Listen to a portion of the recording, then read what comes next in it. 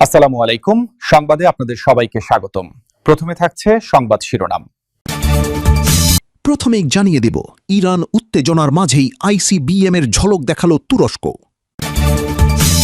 এরপরেই জানিয়ে দিব, ইরানের হামলায় লণ্ডভণ্ড মার্কিন সামরিক ঘাঁটিগুলো, এই ইরানকে অনেকদিন মনে রাখবে যুক্তরাষ্ট্র।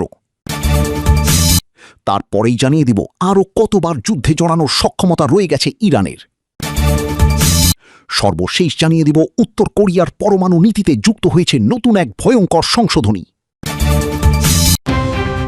দর্শক, এতক্ষণ শুনছিলেন সংবাদ শিরোনাম। এখন জানাবো বিস্তারিত জানার আগে আপনি যদি চ্যানেলে নতুন হয়ে থাকেন তাহলে আমাদের চ্যানেলটি সাবস্ক্রাইব করুন, আর কোন জায়গা থেকে দেখছেন এবং শুনছেন তা কমেন্ট করে জানান। ভিডিওটি ভালো লাগলে একটি লাইক দিন। ইরান উত্তেজনার মাঝেই হঠাৎ করে আন্তঃমহাদেশীয় ব্যালিস্টিক মিসাইলের ঝলক দেখিয়ে কী বোঝাতে চাইছে তুরস্ক? দেশটি কি ইসরায়েলের বিরুদ্ধেই সামরিক প্রস্তুতি নিচ্ছে?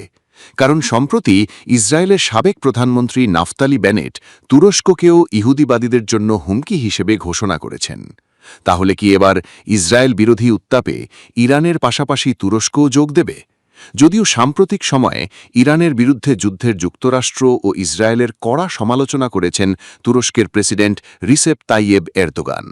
প্রশ্ন হল, কতটা শক্তিশালী হতে চলেছে তুরস্কের আইসিবিএম ক্ষেপণাস্ত্রটি?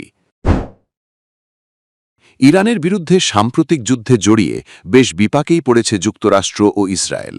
মূল যুদ্ধের ময়দানে উত্তেজনা সাময়িকভাবে থামলেও হরমুজ প্রণালীকে ঘিরে উত্তাপ চলমে। আত্মঘাতী ড্রোন ও শক্তিশালী মিসাইলের মাধ্যমে হুঙ্কার দিয়ে ইহুদিবাণীদের মনে ভয় ধরিয়ে দিতে সফল তেহরান। হরমুজ প্রণালীকে নিয়ে যুক্তরাষ্ট্রের ষড়যন্ত্রের কড়া জবাব দিয়েছে ইরানের সামরিক বাহিনী। মার্কিন যুদ্ধজাহাজগুলোকে লক্ষ্য করে মিসাইল হামলা চালিয়ে নিজেদের ক্ষেপণাস্ত্র শক্তির নতুন জানান দিয়েছে তেহরান। তবে মধ্যপ্রাচ্যে যে কেবল ইহুদিবাদীদের বিরুদ্ধে ইরান গর্জন দিচ্ছে এমনটি নয়, পাশাপাশি সামরিক প্রদর্শনী দেখিয়ে পারস্য উপসাগরীয় অঞ্চলে যুক্তরাষ্ট্র ও ইসরায়েল বিরোধী উত্তাপে যোগ দিয়েছে তুরস্ক।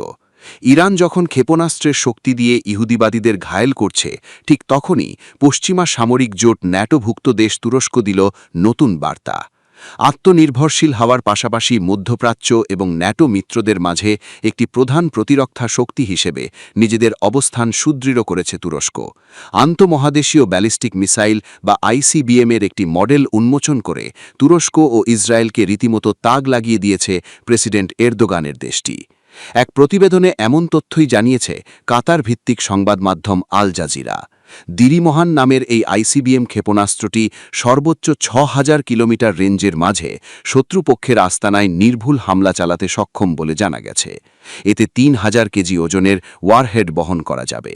তবে পশ্চিমাদের জন্য সবচেয়ে চিন্তার বিষয় হল, শব্দের চেয়ে অন্তত ২৫ গুণ বেশি গতিতে ছুটতে পারা এই মারণাস্ত্রটি তুরস্ক থেকে উৎক্ষেপণ করলে তা ইউরোপ অঞ্চলেও পৌঁছাতে সক্ষম। যদিও ক্ষেপণাস্ত্রটির মডেল তুরস্কের প্রতিরক্ষা মন্ত্রণালয় উন্মোচন করলেও এটির পরীক্ষা ঠিক কবে চালানো হবে সে বিষয়ে কোনো তথ্যই জানায়নি আঙ্কারা। তবে সবচেয়ে গুরুত্বপূর্ণ প্রশ্ন হল, তুরস্কের আইসিবিএম মিসাইল তৈরির বিষয়টিকে কেন তাৎপর্যপূর্ণ হিসেবে দেখছেন বিশ্লেষকেরা। ইরানের সাথে ইহুদিবাদীদের তুমুল উত্তেজনার মাঝেই ইসরায়েলের সাবেক প্রধানমন্ত্রী নাফতালি বেনেতের একটি মন্তব্যকে ঘিরে উত্তাপ ছড়ায় আঙ্কারায়। তুরস্কের প্রতি ইসরায়েলের চোখ বুঝে থাকা উচিত নয়, এমন হুঁশিয়ারি দিয়ে নাফতালি বলেছেন, ইরানের মতো তুরস্ক আমাদের জন্য একটি আঞ্চলিক হুমকি। তেহরান এবং আঙ্কারার বিরুদ্ধে আমাদের ভিন্ন ভিন্ন উপায়ে তবে একই সাথে পদক্ষেপ নিতে হবে। তাই তো বিশ্লেষকেরা বলছেন, ইসরায়েলের আসন্ন আগ্রাসনকে ঘিরে পূর্ব প্রস্তুতির অংশ হিসেবেই নিজেদের সামরিক বাহিনীকে শক্তিশালী করছে তুরস্ক। আইসিবিএম ক্ষেপণাস্ত্রের মডেল উন্মোচনের মাধ্যমে সেই প্রস্তুতির জানান দিল আঙ্কারা। এই ইরানকে অনেকদিন মনে রাখবে যুক্তরাষ্ট্র। আসলে মনে রাখতে বাধ্যই হবে দেশটি। কেননা মধ্যপ্রাচ্যে নতুন করে সামরিক হাতে আবার কবে ঘুরে দাঁড়াতে পারবে যুক্তরাষ্ট্র, সেটাই এখন সবচেয়ে বড় প্রশ্ন। নিজের ভুলের বড় মাসুল গুনতে হচ্ছে যুক্তরাষ্ট্রকে। মধ্যপ্রাচ্যে ইরানের বিরুদ্ধে যুদ্ধে যুক্তরাষ্ট্রের ক্ষয়ক্ষতির বিষয় নিয়ে চাঞ্চল্যকর তথ্য বেরিয়ে আসলো এক মার্কিন সংবাদ মাধ্যমের প্রতিবেদনে। যুদ্ধে নিজেদের ক্ষয়ক্ষতি কিংবা খরচ নিয়ে শুরু থেকেই বিভ্রান্তিকর তথ্য দিয়ে আসছিল যুক্তরাষ্ট্র। তবে শেষ পর্যন্ত নিজ দেশের গণমাধ্যমেই প্রকাশিত হল এসব গোপন তথ্য। যা কিনা যুদ্ধে যুক্তরাষ্ট্রের লজ্জাজনক পরিণতিরই ইঙ্গিত বহন করছে। যুক্তরাষ্ট্রের প্রভাবশালী গণমাধ্যম ওয়াশিংটন পোস্টের এক প্রতিবেদনে ইরান যুদ্ধে যুক্তরাষ্ট্রের মার্কিন ঘাঁটির ক্ষয়ক্ষতি নিয়ে চাঞ্চল্যকর তথ্য প্রকাশ করা হয়েছে।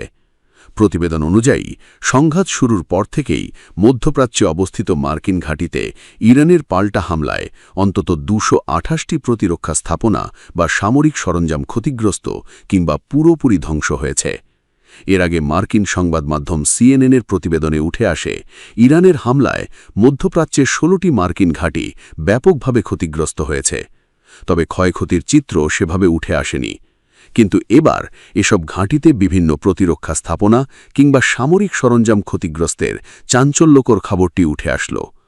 প্রতিবেদন অনুসারে ইরানের হামলায় মধ্যপ্রাচ্যের বিভিন্ন মার্কিন ঘাঁটিতে থাকা হ্যাঙ্গার, ব্যারাক, জ্বালানি ডিপো, সামরিক বিমান, এমনকি গুরুত্বপূর্ণ রাডার, যোগাযোগ ও বিমান প্রতিরক্ষা সরঞ্জামও আংশিক ক্ষতিগ্রস্ত কিংবা পুরোপুরি ধ্বংসপ্রাপ্ত হয়।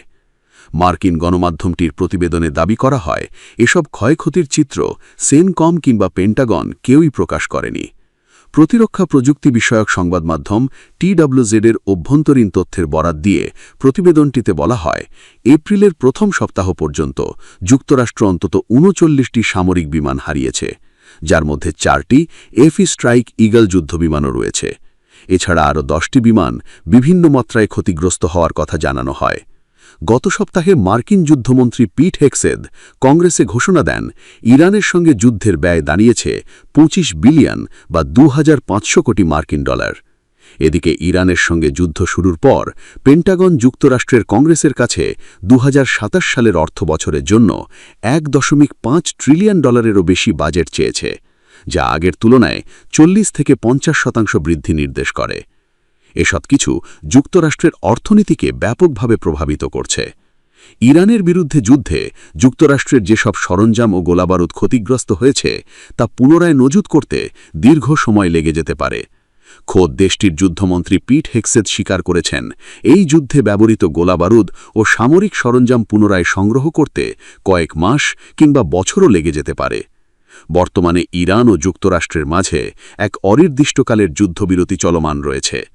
ইরানের বিরুদ্ধে যে উদ্দেশ্য নিয়ে যুদ্ধ করতে এসেছিল মার্কিন যুক্তরাষ্ট্র, ইরানের পাল্টা হামলায় তার রীতিমতো তাসের ঘরের মতো মাটির সাথে মিশে যায়। ফলে আর কোনো উপায় অন্তর না দেখে যুদ্ধবিরতির পথে হাঁটে তথাকথিত পরাশক্তি যুক্তরাষ্ট্র। তবে মার্কিন গণমাধ্যমের প্রতিবেদনটিতে ক্ষয়ক্ষতির চিত্রটি ইরানের বিরুদ্ধে যুদ্ধে যুক্তরাষ্ট্রের করুণ পরিণতির বিষয়টি ফুটে উঠল। যুক্তরাষ্ট্রের জন্য এ যেন এক লজ্জার কারণ। এত যুদ্ধ, এত হামলাতেও দেশটি কিছুই করতে পারছে না ইরানের বিরুদ্ধে। যুক্তরাষ্ট্রের শীর্ষ নেতৃত্ব যখন ঘোষণা দিয়ে জানিয়ে দিল ইরানের ক্ষেপণাস্ত্র সক্ষমতা ধ্বংস করে দেওয়া হয়েছে, ঠিক তখনই দেশটির সেন্ট্রাল ইন্টেলিজেন্স এজেন্সি CIA তাদের গোয়েন্দা প্রতিবেদনে জানালো ভুল ব্যাখ্যা দেওয়া হয়েছে ইরান সম্পর্কে। এখনও বহাল তবিয়তে টিকে আছে ইরানের মিসাইল সক্ষমতা।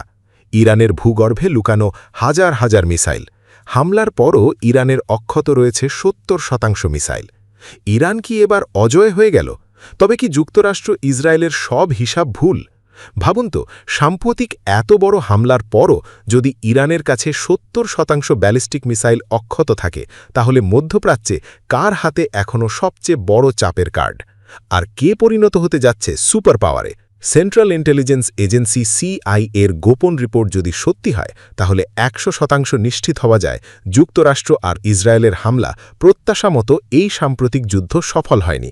আর সবচেয়ে বড় প্রশ্ন, ইরান কি এখন আগের চেয়েও দ্রুত নতুন হামলার প্রস্তুতি নিচ্ছে? আর যদি এই তথ্য সঠিক হয়, তবে ইরানের অন্তত আরও কয়েকবার যুক্তরাষ্ট্র ইসরায়েলের বিরুদ্ধে যুদ্ধে চড়ানোর সক্ষমতা এখনও রয়ে গেছে। সম্প্রতি মার্কিন সংবাদ মাধ্যম দ্য ওয়াশিংটন পোস্ট এমন এক তথ্য প্রকাশ করেছে যা আন্তর্জাতিক রাজনীতির হিসাবটাই বদলে দিতে পারে। প্রতিবেদনে বলা হয়েছে CIA-এর একটি গোপন বিশ্লেষণে ধারণা করা হচ্ছে মার্কিন হামলার পরও ইরান তাদের প্রায় 70% ব্যালিস্টিক মিসাইল এবং 75% মোবাইল লঞ্চার অক্ষত রাখতে সক্ষম হয়েছে। শুধু তাই নয়, রিপোর্টে আরও দাবি করা হয়েছে ইরান নাকি ক্ষতিগ্রস্ত কিছু আন্ডারগ্রাউন্ড স্টোরেজ ফের চালু করেছে। এমনকি ক্ষতিগ্রস্ত মিসাইল মেরামত এবং নতুন মিসাইল উৎপাদনের কাজও চলছে দ্রুত গতিতে। এখানে একটা বিষয় খুব গুরুত্বপূর্ণ। অনেকেই ভাবছিলেন যুক্তরাষ্ট্র ইসরায়েলের যৌথ চাপের পর ইরানের সামরিক সক্ষমতা বড় ধাক্কা খেয়েছে, কিন্তু CIA-এর এই মূল্যায়নও যদি সঠিক হয় তাহলে বোঝাই যাচ্ছে ইরান তাদের মূল সামরিক অবকাঠামোর বড় অংশ আগেই নিরাপদ স্থানে সরিয়ে রেখেছিল। বিশ্লেষকরা বলছেন ইরানের সবচেয়ে বড় শক্তি শুধু মিসাইল নয়, তাদের সার্ভাইভাল স্ট্র্যাটেজি, অর্থাৎ আঘাতের পরও দ্রুত ঘুরে দাঁড়ানোর ক্ষমতা। বছরের পর বছর ধরে তারা পাহাড়ের নিচে ভূগর্ভস্থ টানেলে এবং গোপন ঘাঁটিতে অস্ত্র মজুত করেছে, ফলে বাইরে থেকে যত বড় হামলাই হোক পুরো নেটওয়ার্ক ধ্বংস করা অত্যন্ত কঠিন। JBS হোল্ডিংস লিমিটেড আরেকটা বিষয় এখন আলোচনায় এসেছে। যদি ইরানের কাছে এখনও হাজার হাজার ড্রোন এবং বিপুল মিসাইল মজুদ থাকে, তাহলে ভবিষ্যতে মধ্যপ্রাচ্যে নতুন করে বড় সংঘর্ষের ঝুঁকি কতটা বেড়ে গেল। এখন প্রশ্ন হচ্ছে, CIA-এর এই রিপোর্ট প্রকাশের পর আমেরিকার পরবর্তী পদক্ষেপ কী হবে? ইসরায়েল কি নতুন করে আরও বড় হামলার পরিকল্পনা করবে, নাকি এরপর শুরু হবে আরও বড় কূটনৈতিক চাপ ও গুপযুদ্ধ? একটা বিষয় নিশ্চিত, মধ্যপ্রাচ্যের যুদ্ধ এখনও শেষ হয়নি, বরং অনেকের মতে যুদ্ধের আসল অধ্যায় হয়তো এখনই শুরু হচ্ছে। উত্তর কোরিয়ার পরমাণু নীতিতে যুক্ত হয়েছে নতুন এক ভয়ঙ্কর সংশোধনী, যেখানে বলা হয়েছে দেশটির নেতা কিম জং উনের উপর কোনো প্রাণঘাতী বিদেশি হামলা হলেই স্বয়ংক্রিয়ভাবে পাল্টা পরমাণু হামলা চালাবে পিয়ংইয়ং। অর্থাৎ এমন পরিস্থিতিতে নেতৃত্বের কোনো নির্দেশ ছাড়াই উৎক্ষেপণ করা হবে পারমাণবিক ক্ষেপণাস্ত্র এবং ধ্বংস করে দেওয়া হবে সবকিছু। কিম জং উনের এই বিতর্কিত ডেড হ্যান্ড কৌশল নিয়ে এখন আন্তর্জাতিক অঙ্গনে নতুন করে উদ্বেগ বাড়ছে। বিস্তারিত জানাচ্ছেন মেহেদি হাসান। এবার নিজেদের প্রতিরক্ষা কৌশলে বড় পরিবর্তন এনেছে উত্তর কোরিয়া। দেশটি নতুন একটি পারমাণবিক শক্তিনীতি আইন অনুমোদন করেছে, যেখানে বলা হয়েছে উত্তর কোরিয়ার নেতা কিম জং উনকে লক্ষ্য করে কোনো টার্গেট কিলিং বা বিশেষ সামরিক হামলা চালানো হলে দেশটি স্বয়ংক্রিয়ভাবে পরমাণু হামলা চালাবে। দক্ষিণ কোরিয়ার জাতীয় গোয়েন্দা সংস্থার তথ্য অনুযায়ী গত 22 মার্চ পিয়ংইয়ংয়ে অনুষ্ঠিত উত্তর কোরিয়ার 15তম সুপ্রিম পিপলস অ্যাসেম্বলির প্রথম অধিবেশনেই এই সংশোধনী অনুমোদন করা হয়েছে। পরে বিষয়টি দক্ষিণ কোরিয়ার ঊর্ধ্বতন কর্মকর্তাদের কাছেও আনুষ্ঠানিকভাবে জানানো হয়। সংশোধিত আইনে আরও বলা হয়েছে, বিদেশি হামলায় যদি উত্তর কোরিয়ার পারমাণবিক কমান্ড ও নিয়ন্ত্রণ ব্যবস্থা হুমকির মুখে পড়ে, তাহলে কোনো ধরনের নির্দেশের অপেক্ষা না করিয়ে স্বয়ংক্রিয় ও তাৎক্ষণিকভাবে পরমাণু হামলা চালানো হবে। সম্প্রতি ইরানের যুক্তরাষ্ট্র ও ইসরায়েলের সামরিক অভিযানে দেশটির কয়েকজন শীর্ষ নেতা নিহত হওয়ার ঘটনার পরই নতুন করে নিরাপত্তা নিয়ে চিন্তা শুরু করে পিয়ংইয়ং। বিশেষ করে শীর্ষ নেতৃত্বে লক্ষ্য করে হামলা চালানো হলে কী ধরনের পরিস্থিতি তৈরি হতে পারে, সেই আশঙ্কা থেকে উত্তর কোরিয়া আরও কঠোর পরমাণু নীতির দিকে গেছে বলে মন্তব্য করছেন তারা। এদিকে কিম জং এর ব্যক্তিগত নিরাপত্তা নিয়েও সবসময় কঠোর ব্যবস্থা